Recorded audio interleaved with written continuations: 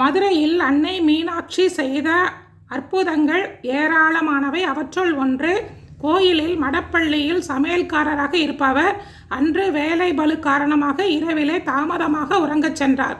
அப்பொழுது அன்னையிடம் சீக்கிரமாக என்னை எழுப்பிவிடுங்கள் என்று கூறி உறங்கிவிட்டார்.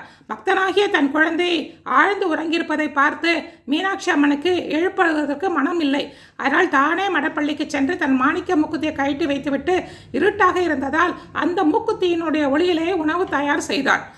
அப்பொழுது திடுக்கிட்டு எழுந்தார் சமையல்காரர். உணவு தயாராக இருப்பதை பார்த்து ஆனந்தம் அடைந்தார்.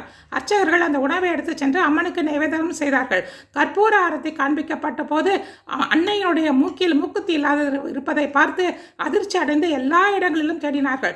அப்பொழுது அசரீரியாக மீனாட்சி அம்மன் மடப்பள்ளியில் தன் மூக்குத்தி இருப்பதை சொல்லி நடந்த கதையை கூறி அதை எடுத்து வந்து தனக்கு அணிவிக்குமாறாக கூறினாள். பக்தனுக்காக தானே இறங்கி வந்து